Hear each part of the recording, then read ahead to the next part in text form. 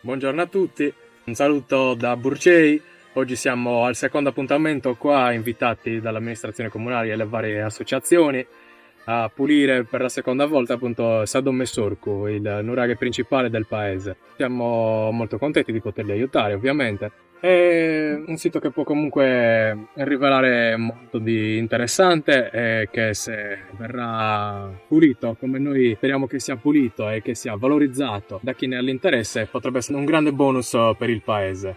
È un nuraghe censito, mai indagato e studiato. Si tratta presumibilmente di un nuraghe complesso, sembrerebbe dalla struttura. Qua siamo all'ingresso di quella che dovrebbe essere la torre centrale, con un ingresso orientato a sud-est, caratterizzato da una grande architrave. Oltre alla torre centrale sembrerebbero intravedersi altre strutture, altre murature. È difficile però capire e leggere quella che è la sua struttura complessiva perché il crollo è molto evidente. In più l'area è stata sicuramente frequentata, poi successivamente c'è la presenza di un muretto a secco che taglia parte del nuraghe, quindi è difficile capire effettivamente che struttura, che planimetria questo nuraghe abbia.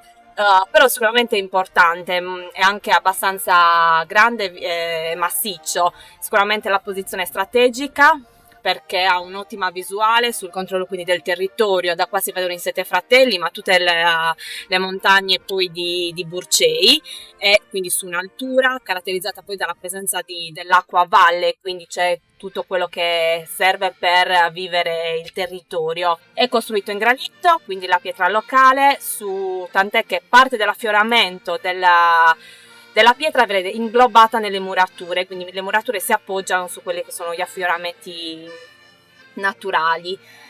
Sarebbe interessante indagarlo e studiarlo, e per fare ciò bisognerebbe togliere i massi del crollo, quindi si spera e si auspica che l'amministrazione venga sensibilizzata e che quindi possa riservare tante sorprese. Solo indagando si potrebbe capire appunto qual è la sua funzione, attraverso anche il ritrovamento dei materiali possono dare maggiori risposte. Ciao, sono Marco e vengo da Orsulei. Io sono Emanuele e vengo da Oristano. Siamo studenti universitari e oggi siamo venuti qui a Sadon Messorcu per questa pulizia archeologica.